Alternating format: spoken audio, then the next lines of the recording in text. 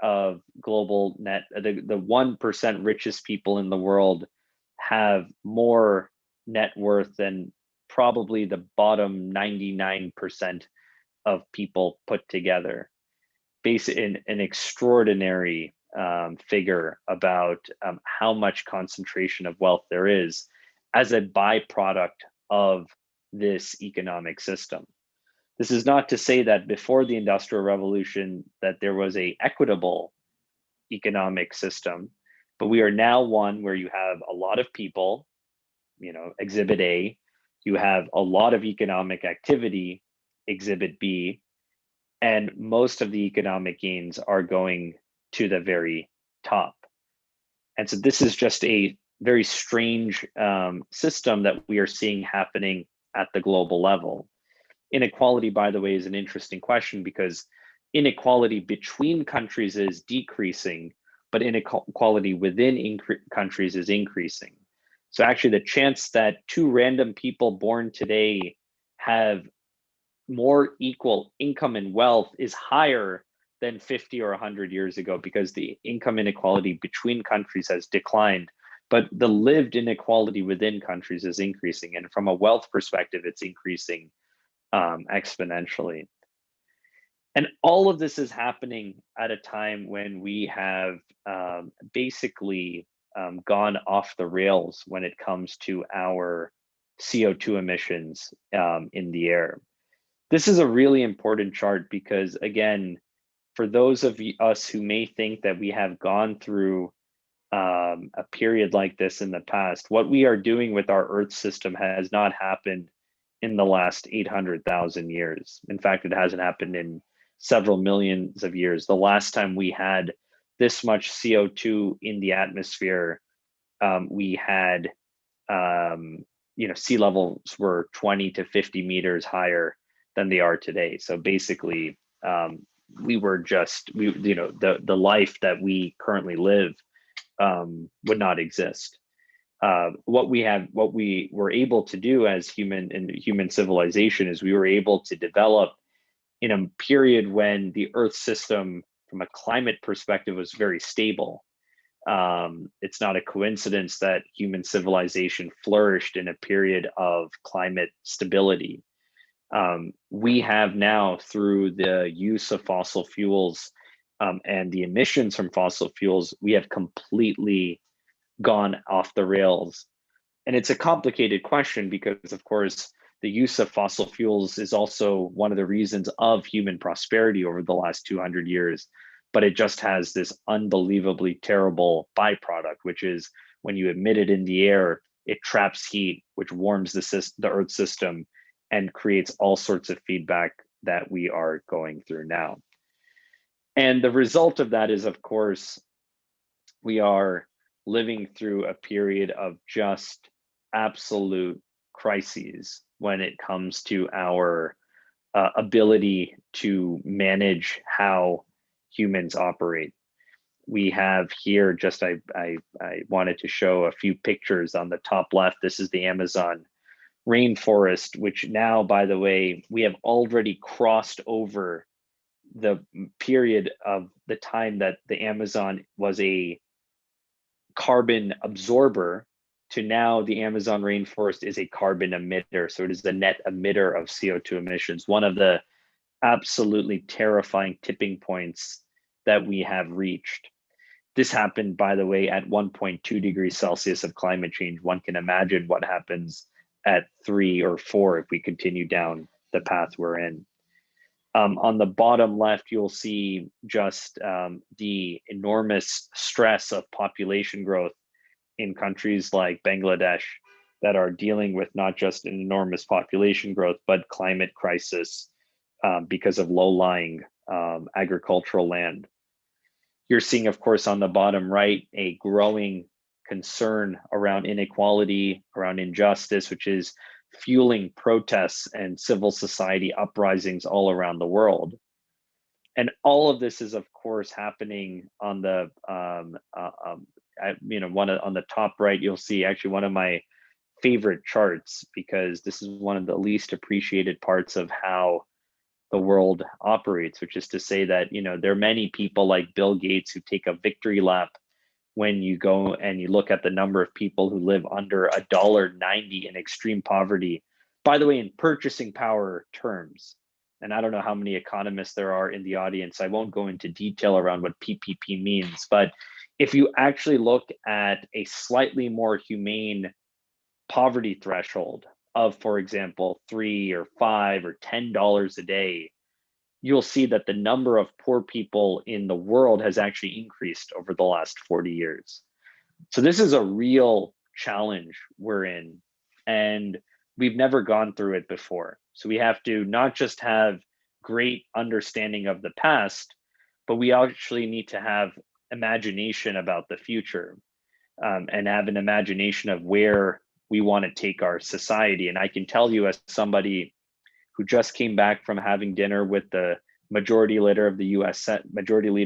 Senate, Senator Chuck Schumer, and spends all day trafficking with CEOs, with leading academics, with heads of state, members of legislative bodies around the world.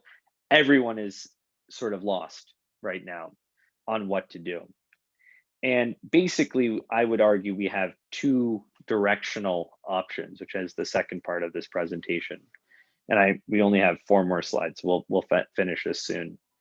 The first is that we actually have to fundamentally change our economic system, and one that would require us to decrease the importance of economic growth as an end goal of our economic system. There's a lot to be said about degrowth, and the work of Jason Hickel, who's an anthropologist in the UK, Professor Georgios Kallis, who is a Greek, a political ecologist, as he calls himself, but really just a great multi-methods thinker. There are several people who are basically going out and saying that, if you look at the charts that I have in front of you, the chart on the left shows the global material footprint, and the red line is basically the amount that we could sustainably take out from under the ground. This is in metals and fossil fuels and minerals and biomass. We crossed that threshold around 30 years ago. And so that the only way that we can go back into a Earth system that is basically in line with where sustainability needs us to go is if we stop growing. And by that, I really mean the high income world and the middle and high income world decreases its material consumption. And what does that mean? In practice, it would mean bringing down our lifestyles from where it is today to probably where our lifestyles were 40 to 50 years ago, which, by the way, wasn't bad. If you talk to your parents, or if you're older, you would know that, living in the 1970s in the United States wasn't like living in tragedy, but it was a very different life. Cars were much smaller, homes were much smaller, food was much smaller, et cetera, et cetera. And that is one way to go about it. And I think, there's a whole set of questions on how you would conduct and create a political and economic system that supports degrowth. The challenge with this, of course, is that the notion of a post-growth or a degrowth system goes in many ways at odds with the prevailing thinking, the lexicon, the way that political leaders get elected, and the aspirations of people, including the growing middle class in emerging economies that want to live a higher living standards life. The second option is the Sustainable Development Agenda. And Carolyn failed to mention in her very long, much too long introduction of me. So sorry about that, Carolyn. But there were 3 years of my career where I spent as a lead advisor to the UN Secretary General on the SDGs and on the financing of the SDGs. And the Sustainable Development Goals really are a very powerful framework, because what they do is they give us a hope and a direction of how we want to move the economy, and one that puts economic growth in line with social inclusion and environmental sustainability. And what the SDGs really are is not about upending the economic system, but about making very important reforms to how our economy works and how our investment works so that we can achieve the goals of poverty alleviation, of inequality, and of climate and climate mitigation. And I'm a huge fan of the SDGs because one of the things you realize when you work on the sustainable development goals as deeply as I did is that they are utterly achievable.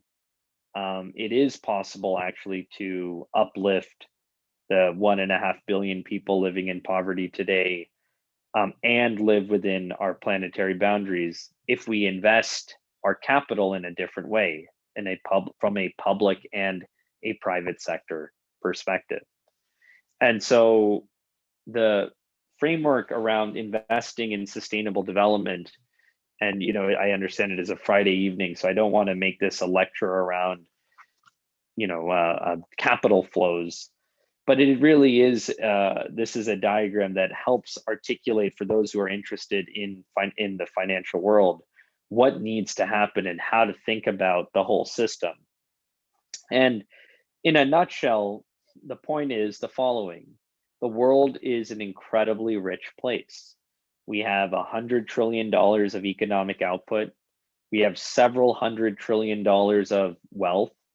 And we have basically a $3 trillion a year investment gap if we were to take poverty, climate change, and sustainability seriously. So $3 trillion a year may sound like a lot of money, but if you are a macroeconomist or if you are an investment professional and you understand just how big the economic system is, $3 trillion shouldn't scare you because it's around 3% of our annual economic output and much less when it comes to our total wealth. And the way we would do this is, of course, reforming the way we do public investing, so the role of the state and the rules of the game that the state sets, the prioritization of certain economic activities from the state, and so on. And then also how the private sector operates, how private investors are operating when it comes to investment. And I can just tell you right now that I would never have dreamed 10 years ago or 15 years ago when I started my career in this space that there would be as much activity as there is right now in the financial sector and the business sector around climate and sustainability. Now, is some of it greenwashing and is some of it sort of, fake marketing? Sure. But a lot of it is very real. And there's a real desire right now for investors in the private side and for the state in the public side to think about what are the different tools we can use: taxes, subsidies, investment in research and development, wealth taxes, things like this, to unlock capital to make the investments that are needed to achieve the sustainable development goals. Now, I think that if we decide to go down the ladder, which is really our generation, my generation, and if you are under the age of maybe 45 or 50, I would say it's your generation too. It is our effort. And the reason I draw that divide is because I am not convinced yet that the people who are currently in areas of influence and in power centers are able to drive this change. I think the next generation can, but it'll require a lot of work and it'll require us to stick together. But there really are three major arguments from human rights that I think that we need to embody in a reforming of our financial system to go and put private and public capital to changing our energy system, changing our housing system, changing our health and nutrition and agricultural systems, and so on. And the first is a philosophical point, which is that we have to believe that all humans, current and future, are entitled to the same human rights. This sounds like a pithy throwaway comment, but it's actually a very profound one. because in the space of climate economics, which I spend a lot of time in, there's an enormous question around how much do we discount the future? Believe it or not, climate-oriented economists really discount. They have to discount future generations and spending on future generations to understand how much we should spend today. And there's been a long debate around how much we should discount the future versus the current. And I think that we have to start with the notion that everyone's life today and tomorrow is worth the same, and we have to create economic policy and investment policy that supports that. The second point is this belief that we have to create and invest in the systems that support political and economic rights. So it's not just about ensuring that our 7.7 billion people have health and education and water and things like that, but that there's a political underpinning and a social underpinning to how our societies operate. And a lot of this comes from what type of investments the state makes in the institutions of our society. And this is generally ignored, I would argue, in discussions around investment and sustainable development.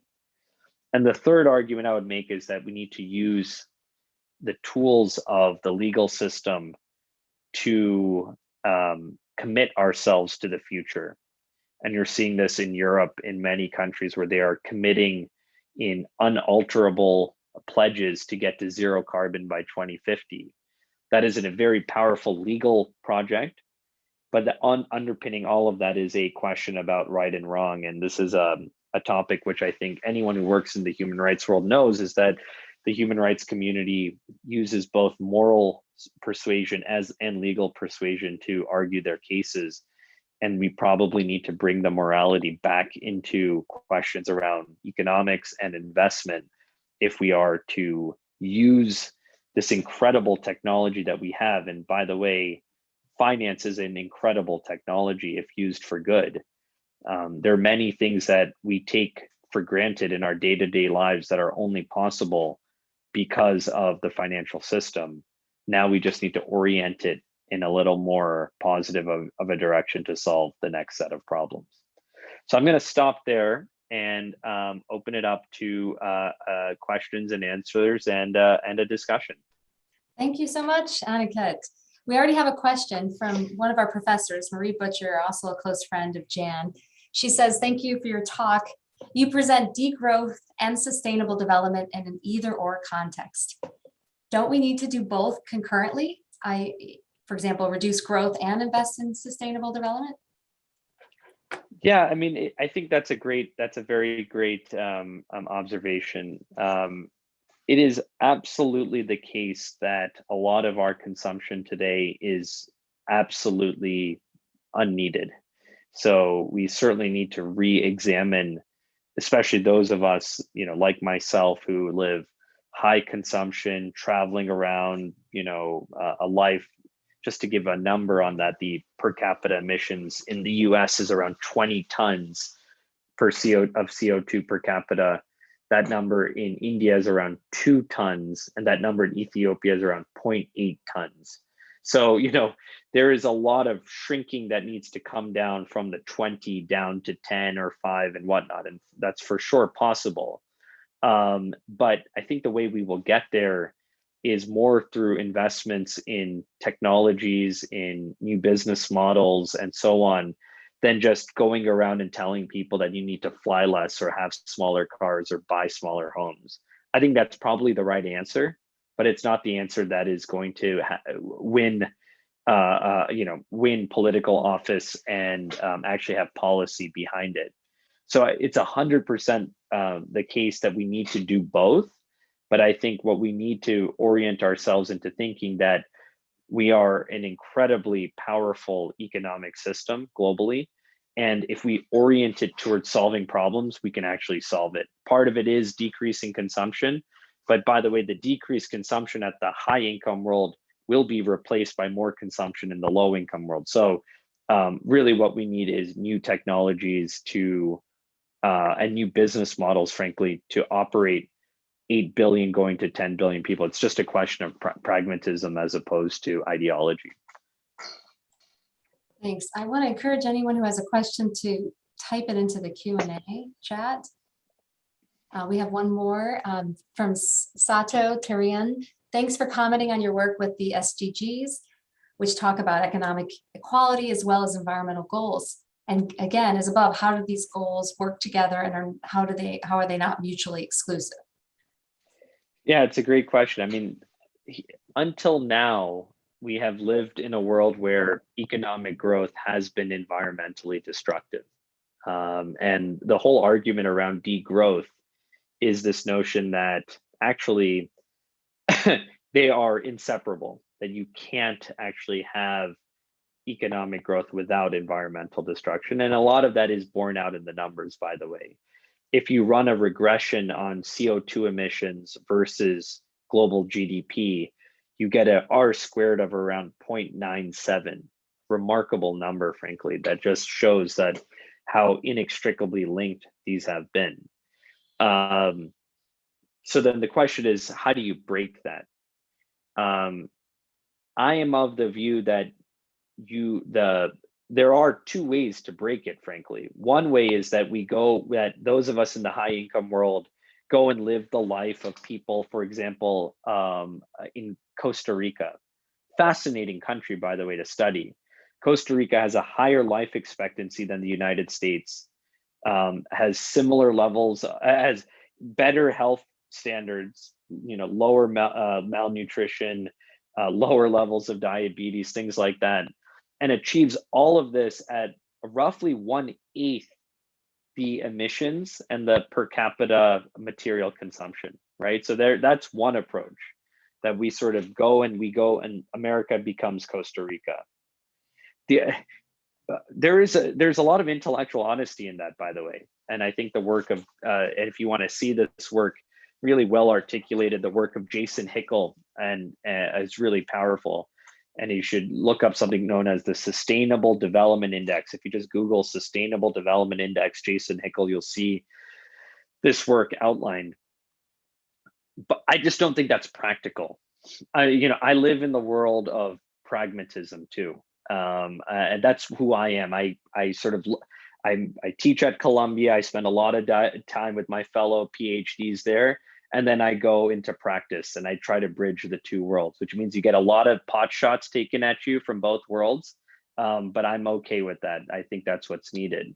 And so the pragmatist in me looks at, having worked in 70 countries, advised several heads of state, finance ministers, CEOs, and so on, and just as a student of politics too, that trying to make America Costa Rica isn't going to happen.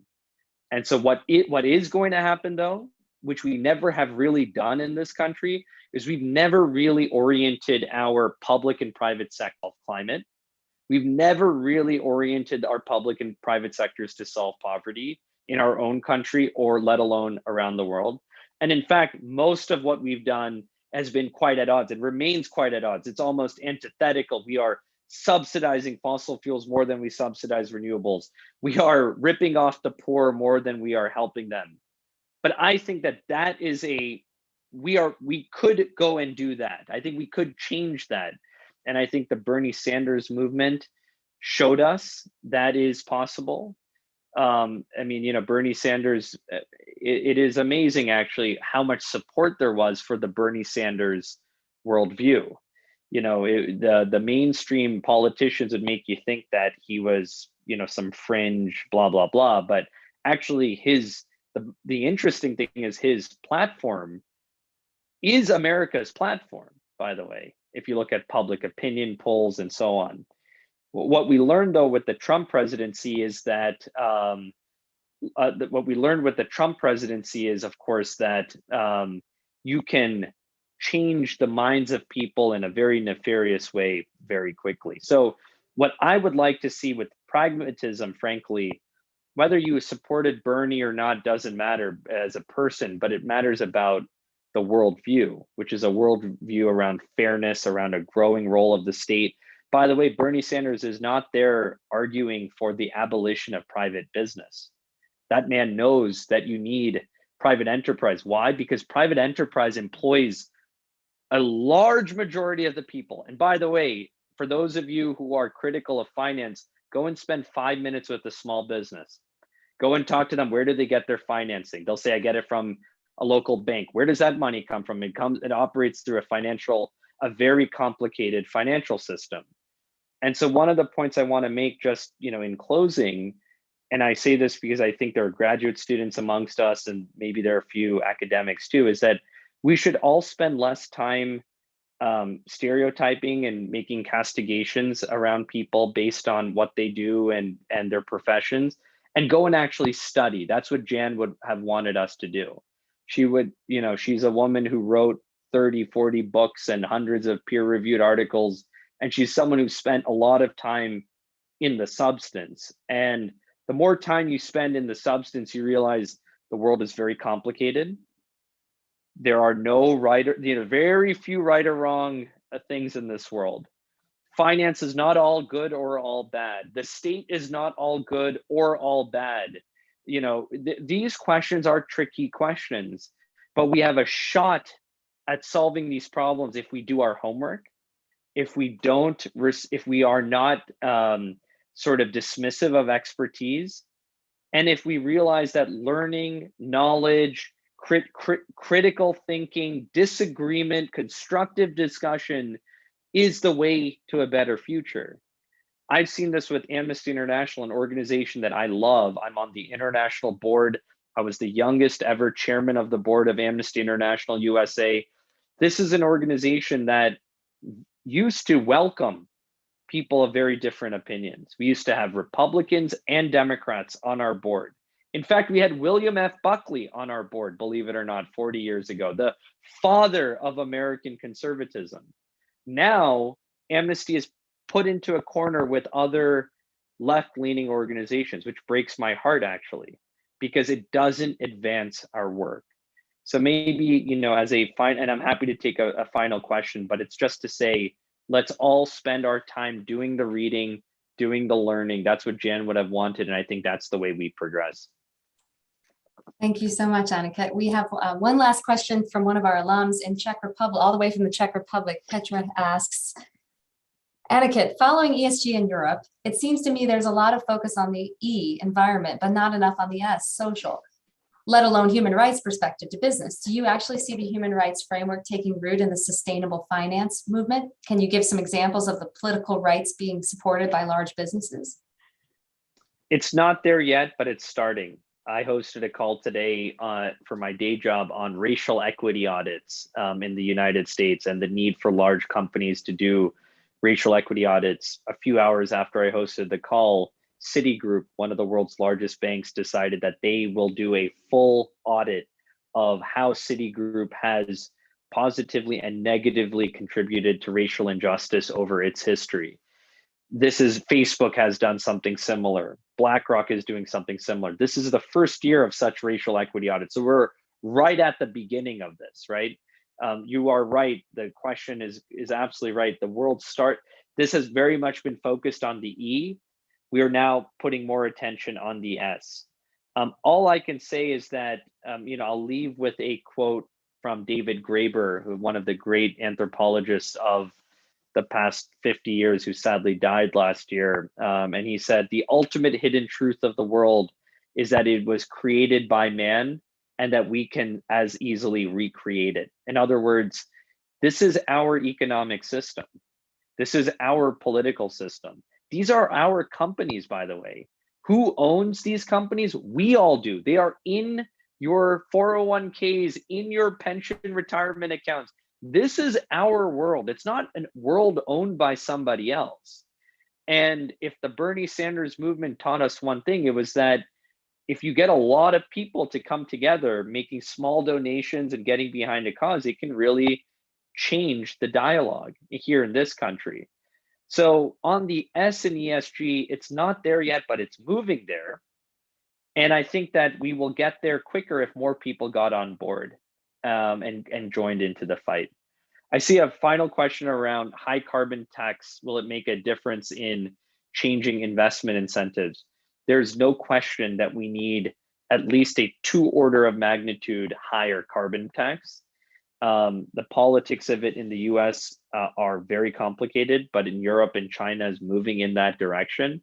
We're in the early stages around this. And as everyone here on this call knows, change takes a while, right? I mean, 30 years ago, it was one could never imagine that we would have banks and politicians talking about the things that they're talking about now.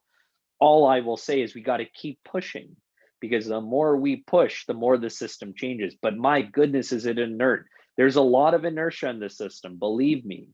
I'm only in my mid 30s, but my hair is thinned because I've been pushing and pushing and pushing. And in my little world, we're making some progress. We need more people to join. I think Jan would have liked that. I think we all would benefit from it. I want everyone to know that I'm here for any, if you ever want to have a follow-up conversation. My email address is aniketashah@gmail.com. We'll share that with anyone in the audience. Middlebury College is one of the world's leading institutions. It plays an important role in solving many of these problems. So it's a great privilege to be at anything Middlebury does. And I just wish you all the best and know that I'm in your corner if I can help in any way. Thank you so much, Dr. Shah, for your presentation and underscoring the importance of looking into the details and the root causes and the real information. It's not always what we think it is, and that what would be in line with Jan's thinking. So thank you so much. And thank you to our student interpreters. Thank you to our wonderful events team and tech team. And I want to thank all of our guests for participating. And I want to acknowledge all the friends who have honored Jan and her fight for human rights through their gifts to the Jan Nippers Black Human Rights Protection Fund, something that allows us to continue to offer scholarships and further Jan's work. Thank you all for attending, and thank you, Dr. Shah, again for your presentation. Thank you very much. Pleasure. Take care. Everyone.